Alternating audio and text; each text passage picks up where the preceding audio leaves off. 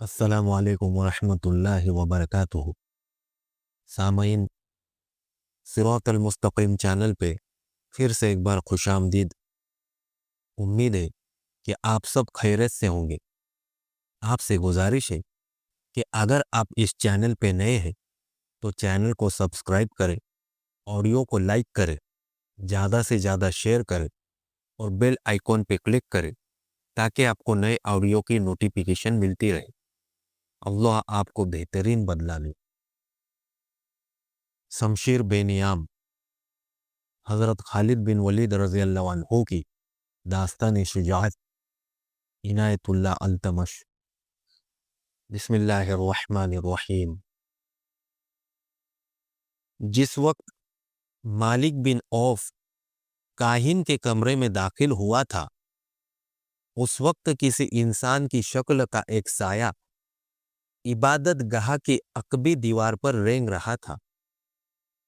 वो जो कोई भी था, वो अपनी जान का खतरा मोल ले रहा था। ये मालिक बिन औफ ही था जो सरदारी के रोब में रात के वक्त काहिन के कमरे तक पहुंच गया था। ये इबादत गाह सदियों पुरानी थी। अकबी दीवार में छोटा सा शिगाफ था। वो इंसान जिसका साया दीवार पर रेंग रहा था, इस शिगाफ में दाखिल हो गया। आगे ऊंची घास और झाड़ियां थी। वो इंसान घास और झाड़ियों में से यूं गुजरने लगा कि उसके कदमों की आहट या हल्की सी सरसराहट भी सुनाई नहीं देती थी। वो घास और झाड़ियों में से गुजरकर उस चबूतरे पर जा चढ़ा जिस पर इबादत गाह की इमारत खड़ी थी। उस तरफ के दरवाजे की किवाड़ दीमक खुर्दा थी। वह इंसान दीमक खाए हुए इन किवाड़ों में से गुजरकर इबादत गाह में दाखिल हो गया। आगे तारीब गुलाम गर्दिश थी। उस इंसान ने जूते उतार दिए और दबे पांव आगे बढ़ता गया। इस गुप्त अंधेरे में वो यूं चला जा रहा था जैसे पहले भी यहां कभी आया हो। वो गुलाम गर्दिश की भूल भुलैयों में से गुजरता काहिन के कमरे के करीब पहुंच गया। उसे काहिन की और किसी और की बातें सुनाई दी। वो मालिक बिन औफ था जो काहिन के साथ बातें कर रहा था। यह इंसान रुक गया। इसे काहिन के कमरे से आती हुई मशाल की रोशनी नजर आ रही थी। मालिक बिन औफ काहिन से इतना मरऊब हुआ कि वो सर झुकाए हुए वहां से निकल गया। ये इंसान जो करीब ही कहीं छुप गया था, आगे बढ़ा। काहिन दरवाजे की तरफ देख रहा था। उसकी आंखें हैरत से खुल गई क्योंकि उसके सामने एक जवान लड़की खड़ी थी। इस लड़की को वो पहचानता था। ये वही यहूदी लड़की थी जिसे एक ज़ईफुल उम्र यहूदी काहिन के पास तोहफे के तौर पर लाया था और इस लड़के के साथ उसने सोने के 2 टुकड़े काहिन की नजर किए थे। ये काहिन का इनाम या मुआवजा था। काहिन ने उसे यकीन दिलाया था कि सकीफ और हवाजन के कबीले मुसलमानों को मक्का में हमेशा के लिए खत्म कर देंगे। उसने इस बूढ़े यहूदी से कहा था कि देवता लात का इशारा कभी गलत नहीं हो सकता। मैं हैरान हूं कि तुम जैसा जहां दीदा बुजुर्ग ने धोखा खाया। लड़की ने उससे कहा, मुझे इस मकरू काहिन के किसी एक लफ्ज पर यकीन नहीं आ रहा था। मैंने तुम्हारे हुक्म से अपनी अस्मत कुर्बान कर दी। मेरे हुक्म से नहीं, बूढ़े यहूदी ने कहा था, खुदाए यहूदा के हुक्म से तुम्हारी अस्मत की कुर्बानी रायगा नहीं जाएगी। यहूदियों में ये रिवाज आम था, जो अभी तक चला आ रहा है, कि मैदान जंग में आने से गुरेज करते थे। वो ऐसी चालें चलते थे कि अपने दुश्मनों को आपस में लड़ा दिया करते थे। इसके लिए वो दौलत के साथ साथ अपनी बेटियों की अस्मत भी एक कामयाब हरबे के तौर पर इस्तेमाल करते थे। यहूदियों के माशरे और मजहब में अस्मत और आबरू की कोई कद्र कीमत नहीं थी, लेकिन ये लड़की अपनी कौम से बहुत ही मुख्तलिफ साबित हुई। वो बूढ़े यहूदी पर टूट टूट पड़ती थी और कहती थी कि मुसलमानों का किला कुमा हो जाता तो वो फक्र से कहती कि उसने इस मकसद के लिए अपनी अस्मत की कुर्बानी दी है। और वो ये भी कहती थी कि काहन ने इन्हें धोखा दिया है। रात को जब बूढ़ा यहूदी गहरी नींद सोया हुआ था, यह लड़की उठी। उसने खंजर अपने तकिए के नीचे रखा हुआ था। उसने खंजर निकाला और अपने कपड़ों के अंदर छुपा लिया। वो दबे पांव बाहर निकल गई। उस रात उसे रोक कर ये पूछने वाला कोई नहीं था कि वो कौन है और कहां जा रही है। उस रात ताइफ में हर कोई जाग रहा था। औरतें अपने शिकस्त खुर्दा मर्दों को कोस रही थी और जिनके मर्द वापस नहीं आए थे वो बीन कर रही थी। गलियों में लोग आ जा रहे थे। लड़की उनके दरमियान से गुजरती लात के इबादत गाह तक पहुंच गई। उसकी आंखों में खून उतरा हुआ था। वो उस दौर की औरतों में से एक थी जिनमें मर्दाना शुजाअत कूट कूट कर भरी हुई थी। वो इबादत गाह के पिछवाड़े की दीवार से अंदर चली गई। हम जानते थे कि हमारा जादू तुम्हें एक बार फिर हमारे पास ले आएगा।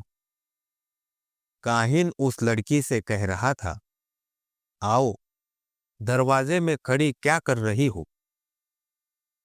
लड़की आहिस्ता आहिस्ता आगे बढ़ी और काहिन के करीब जा रुकी। जादू नहीं, इंतकाम कहो, लड़की ने अपनी धीमी आवाज में कहा, जिसमें कहर और गजब छुपा हुआ था। मुझे इंतकाम का जादू यहां तक ले आया है। क्या कह रही हो लड़की? काहिन ने हैरत जदा मुस्कुराहट से कहा, क्या तुम मालिक बिन औफ से इंतकाम लेना चाहती हो? वो जा चुका है। वो मुझे कत्ल करने आया था। क्या कोई इंसान इतनी जुर्रत कर सकता है कि लात के काहिन को कत्ल कर दे? हाँ, लड़की ने कहा, एक इंसान है जो लात के काहिन को कत्ल कर सकता है। वो लात का पुजारी नहीं, वो मैं हूं, खुदाए यहूदा की पुजारन। लड़की ने पलक झपकते कपड़ों के अंदर से खंजर निकाला और काहिन के दिल में उतार दिया।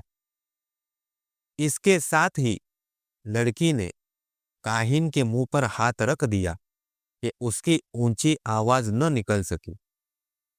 लड़की ने खंजर निकाला और काहिन की शहरब काट दी। वो बड़े इत्मीनान से काहिन के कमरे से निकल आई और उस रास्ते जिस रास्ते वो आई थी, इबादत गाह के अहाते से निकल गई। मालिक बिन औफ अपनी खौबगाह में सर झुकाए बैठा था। उसकी चहीती बीवी उसके पास बैठी थी। गुलाम ने इत्तिला दी कि एक अजनबी जवान औरत आई है जिसके कपड़े खून से लाल है और उसके हाथ में खून आलूद खंजर है। मालिक बिन औफ, जो नीम मुर्दा नजर आ रहा था, उछल पड़ा और बोला कि उसे अंदर ले आओ। उसकी اور اس کی بیوی کی نظریں دروازے پر جم گئی۔ وہ جوان عورت دروازے میں آ کھڑی ہوئی اور بولی، جو کام تم نہیں کر سکے تھے وہ میں کر آئی ہوں۔ میں نے کاہن کو قتل کر دیا ہے۔ مالک بن عوف پر سناٹا طاری ہو گیا۔ اس کے چہرے پر خوف کی پرچھائیاں نظر آنے لگی۔ اس نے لپک کر تلوار اٹھائی اور نیام پرے پھینک کر لڑکی کی طرف بڑھا۔ اس کی بیوی راستے میں آ گئی۔ اس لڑکی نے جو کچھ کیا ہے ٹھیک کیا ہے، بیوی نے اسے کہا۔ تمہیں جھوٹے سہارے اور جھوٹے اشارے دینے والا مر گیا ہے، اچھا ہوا ہے۔ تم نہیں جانتی ہم پر کیا قہر نازل ہونے والا ہے، مالک بن عوف نے کہا۔ تم پر کوئی قہر نازل نہیں ہوگا، یہودی لڑکی نے کہا۔ کیا کاہن نے تمہیں کہا نہیں تھا کہ کاہن کو کوئی قتل نہیں کر سکتا، اور کاہن کی جب عمر پوری ہو جاتی ہے تو دیوتا لات کے وجود میں تحلیل ہو جاتا ہے؟ اگر تم میں ضرورت ہے تو لات کے مزاوروں سے کہو کہ اپنے کاہن کی لاش لات کے وجود میں تحلیل کر دے۔ اس کی لاش کو باہر رکھ دو، پھر دیکھو اسے گدھ اور کتے کس طرح کھاتے ہیں۔ مالک بن عوف کی بیوی نے مالک کے ہاتھ سے تلوار لے لی اور پلنگ پر پھینک دی۔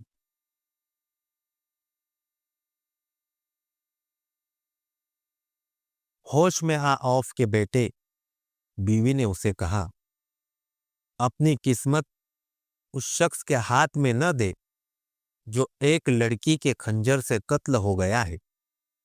اس نے غلام کو بلایا اور اسے کہا، یہ لڑکی ہماری مہمان ہے، اس کے غسل اور آرام کا انتظام کرو۔ مالک بن عوف کے چہرے سے خوف کا تاثر ڈھلنے لگا۔ بیوی نے اس کے خیالوں میں انقلاب برپا کر دیا۔ صبح طلوع ہو رہی تھی جب شکست اور غم کے مارے ہوئے مالک بن عوف کو دو اطلاعیں ملی۔ ایک یہ کہ رات کو کاہن قتل ہو گیا ہے، اور مجاور یہ کہہ رہے ہیں کہ رات مالک بن عوف کے سوا کاہن کے کمرے میں اور کوئی نہیں گیا تھا، اور نہ رات کے وقت کسی کو وہاں تک جانے کی ضرورت ہو سکتی ہے۔ مجاوروں نے یہ مشہور کر دیا تھا کہ کاہن کو مالک بن عوف نے خود قتل کیا ہے یا قتل کروایا ہے۔ مالک بن عوف کو دوسری خبر یہ ملی کہ مسلمان جو طائف کی طرف بڑے چلے آ رہے تھے، معلوم نہیں کدھر چلے گئے ہیں۔ یہ خبر ایسی تھی جس نے مالک بن عوف کے حوصلے میں کچھ جان پیدا کر لی۔ اس نے تیز رفتار گھوڑوں پر دو تین قاصد اس راستے کی طرف دوڑا دیے جو حنین سے طائف کی طرف آتا تھا۔ اس کے بعد وہ عبادت گاہ میں چلا گیا۔ اس نے لوگوں کو بڑی مشکل سے یقین دلایا کہ وہ مقدس کاہن کا قتل کرنے کی ضرورت نہیں کر سکتا۔ لوگ پوچھتے تھے کہ پھر قاتل کون ہے؟ مالک بن عوف نے کہا کہ وہ قاتل کا سراغ جلد ہی لگا لے گا۔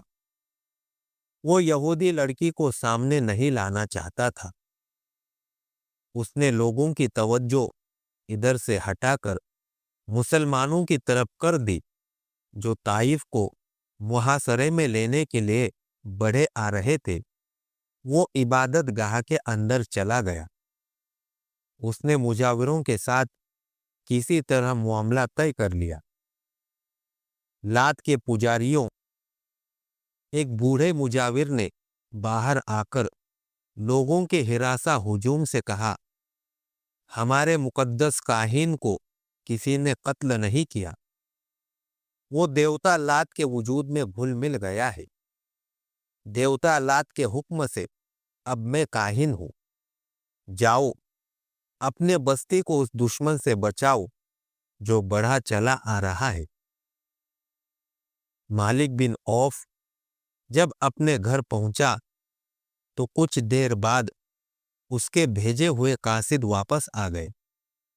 انہوں نے بتایا کہ اس راستے پر جو طائف کی طرف آتا ہے مسلمانوں کا نام و نشان بھی نہیں۔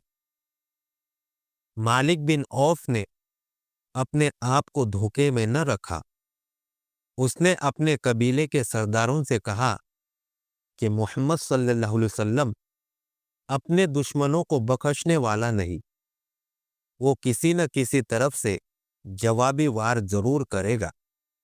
اس نے اعلان کیا کہ شہر کے دفاعی انتظامات میں کوئی کمی نہ رہنے دی جائے۔ قاصدوں نے مالک بن اوف کو بالکل صحیح اطلاع دی تھی کہ طائف کے راستے پر مسلمانوں کا نام و نشان نظر نہیں آتا، لیکن مسلمان سیلاب کی طرف طائف کی طرف بڑھے چلے آ رہے تھے۔ انہوں نے رسول اکرم صلی اللہ علیہ وسلم کے حکم سے راستہ بدل لیا تھا۔ بدلا ہوا راستہ بہت لمبا تھا، لیکن رسول کریم صلی اللہ علیہ وسلم نے اتنا لمبا راستہ اختیار کرنے کو فیصلہ اس لیے کیا تھا کہ چھوٹا راستہ پہاڑیوں اور چٹانوں میں سے گزرتا تھا، کھڈ نالے بھی تھے۔ رسول کریم صلی اللہ علیہ وسلم نے اپنے سالاروں سے کہا تھا کہ حنین کے پہلے تجربے کو نہ بھولو۔ مالک بن اوف بڑا جنگجو ہے۔ آپ صلی اللہ علیہ وسلم نے فرمایا کہ طائف تک کا تمام علاقہ گھات کے لیے موزوں ہے۔ مالک بن اوف ویسی ہی گھات لگا سکتا ہے جیسی گھات میں اس نے خالد بن ولید رضی اللہ عنہ کو تیروں سے چھلنی کر دیا تھا۔ رسول اکرم صلی اللہ علیہ وسلم نے جو راستہ طائف تک پہنچنے کے لیے اختیار کیا تھا وہ وادی الملیہ میں سے گزرتا تھا اور وادی القرن میں داخل ہو جاتا تھا۔ آپ صلی اللہ علیہ وسلم اپنے لشکر کو وادی القرن میں سے گزارنے کی بجائے طائف کے شمال مغرب میں 7 میل دور نکل گئے اور نخیب اور ساویرہ کے علاقے میں داخل ہو گئے۔ یہ علاقہ نشیب و فراز کا تھا اور اس میں پہاڑیوں اور چٹانیں نہ ہونے کے برابر تھی۔ مجاہدین کا لشکر 5 فروری 630 عیسوی 15 شوال 8 ہجری کے روز طائف کے گرد و نواح میں اس سمت میں پہنچا جو طائف والوں کے وہم و گمان میں بھی نہیں تھی۔ مجاہدین اسلام کا کوچ بڑا ہی تیز تھا۔ ہراول میں بنو سلیم تھے جن کے کمانڈر حضرت خالد بن ولید رضی اللہ عنہ تھے۔ توقعات کے عین مطابق طائف تک دشمن کہیں بھی نظر نہ آیا۔ اس کی وجہ یہ تھی، جیسا کہ مورخین نے لکھا ہے، کہ مالک بن اوف اب کھلے میدان میں لڑنے کا خطرہ مول نہیں لے سکتا تھا۔ حنین کے معرکے میں زیادہ تر نقصان بنو حوازن کا ہوا تھا۔ قبیلہ ثقیف لڑا تھا، لیکن جو ٹکر بنو حوازن نے لی تھی وہ بنو ثقیف کو لینے کا موقع نہیں ملا تھا۔ پھر بھی ثقیف پسپا ہو آئے تھے۔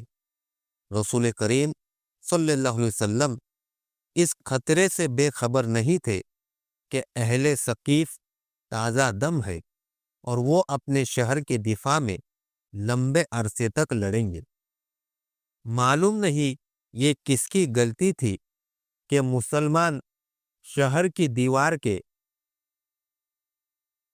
خطرناک حد تک قریب جا رکے۔ وہاں وہ پڑاؤ کرنا چاہتے تھے۔ اچانک اہل ثقیف دیواروں پر نمودار ہوئے اور انہوں نے मुसलमानों पर तीरों का मीना बरसा दिया। बहुत से मुसलमान जख्मी हुए और कुछ शहीद हो गए। मुसलमान पीछे हट आए। रसूल करीम सल्लल्लाहु अलैहि वसल्लम ने हजरत अबू बकर सिद्दीक रज़ियल्लाहु अन्हु को मुहासरे का कमांडर मुकर्रर किया। हजरत अबू बकर सिद्दीक रज़ियल्लाहु अन्हु ने बड़ी तेजी से शहर का मुहासरा मुकम्मल कर लिया। उन्होंने इन रास्तों पर ज्यादा दस्ते रखे जिन रास्तों से दुश्मन का फरार मुमकिन था। शहर का दिफा बड़ा मजबूत था। कबीला सकीफ पूरी तरह तैयार था। मुसलमान तीर अंदाजी के सिवा और कोई कार्रवाई नहीं कर सकते थे। मुजाहिदीन ने यहां तक बेखौफी के मुजाहिरे किए कि शहर की दीवार के करीब जाकर अहले सकीफ के उन तीर अंदाजों पर तीर फेंके जो दीवारों पर थे। मुसलमान तीर अंदाजों के हबीश आगे बढ़ते और पीछे हट आते। मुसलमानों के जख्मियों में बड़ी तेजी से इजाफा हो रहा था। मुहासरे के कमांडर हजरत अबू बकर रज़ियल्लाहु अन्हु के बेटे अब्दुल्ला रज़ियल्लाहु अन्हु बनु सकीफ के तीरों से शहीद हो गए। 5 दिन इसी तरह गुजर गए। तारीख इस्लाम की मशहूर व मारूफ शख्सियत सलमान फारसी रज़ियल्लाहु अन्हु लश्कर के साथ थे। जंगे खंदक में मदीना की दिफा के लिए जो खंदक खोदी गई थी वो सलमान फारसी रज़ियल्लाहु अन्हु की जंगी दानिश का कमाल था। इससे पहले अरब खंदक के तरीकाए दिफा से नावाकिफ थे। अब सलमान फारसी रज़ियल्लाहु अन्हु देखा कि मुहासरा कामयाब नहीं हो रहा तो उन्होंने शहर पर पत्थर फेंकने के लिए एक मंजनिक तरह तैयार करवाई, लेकिन ये कामयाब न हो सकी। सलमान फारसी रज़ियल्लाहु अन्हु ने एक दबाबा तैयार करवाई। ये लकड़ी या चमड़े की बहुत बड़ी ढाल होती थी जिसे चंद आदमी पकड़कर आगे आगे चलते थे। खुद इसकी ओट में रहते थे और इसकी ओट में बहुत से आदमी किले के दरवाजे तक चले जाते थे। सलमान फारसी रज़ियल्लाहु अन्हु ने जो दबाबा तैयार करवाई वो गाय की खाल की बनी हुई थी। एक हबीश इस दबाबा की ओट में शहर के बड़े दरवाजे तक पहुंचा। ऊपर से आने वाले तीरों की तमाम तर बौछारें दबाबा में लगती रही, लेकिन दबाबा जब अपनी ओट में हबीश को लेकर दरवाजे के करीब पहुंची तो दुश्मन ने ऊपर से दहकते हुए अंगारे और लोहे के लाल सुर्ख टुकड़े दबाबा पर इतने फेंके कि खाल की दबाबा तीर रोकने के काबिल न रही, क्योंकि ये कई जगहों से जल गई थी। दबाबा चूंकि अरबों के लिए नई चीज थी जो पहले ही इस्तेमाल में बेकार हो गई, इसलिए वो इसे वही फेंक कर पीछे को दौड़े। अहले सकीफ ने इन पर तीर बरसाए जिनसे कई एक मुजाहिदीन जख्मी हो गए। 10 दिन और गुजर गए। मुहासरे और दिफा की सूरत यही रही कि मुसलमान तीर बरसाते हुए आगे बढ़ते थे और तीर खाकर पीछे हट आते थे। बनु सकीफ पर इसका ये असर हुआ कि उन पर मुसलमानों की बेजिगरी और बेखौफी की दहशत तारी हो गई। यही वजह थी कि उन्होंने किसी तरफ से बाहर आकर मुसलमानों पर हमला करने की कोशिश नहीं की। आखिर एक रोज रसूल अकरम सल्लल्लाहु अलैहि वसल्लम ने अपने सालारों को इकट्ठा किया और उन्हें बताया कि मुहासरे की कामयाबी की कोई सूरत नजर नहीं आती। आप सल्लल्लाहु अलैहि वसल्लम ने सालारों से मशवरा तलब किया کہ کیا کیا جائے۔